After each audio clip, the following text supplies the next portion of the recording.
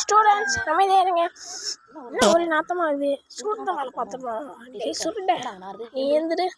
Miss இது என்ன miss? அது அநியமாக இது காலிலேருந்து நானும் மிஸ் பண்ணேன். சுஷிகா தான் காலிலேருந்து பார்த்துட்டு போகிறான். அவனும் இருக்கு மிஸ்ன்னு.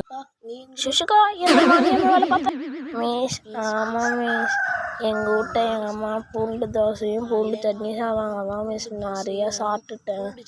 நிறையா சாப்பிட்டதுனால எனக்கு ரொம்ப வயிறு வலிக்குது மிஸ். ரொம்ப வலிக்குது miss. Shall we go to restroom miss? சீச்சி நீ என்ன தட்டுனியா? ஒளி ஒரு நாயே. ஓடு. Thank you miss.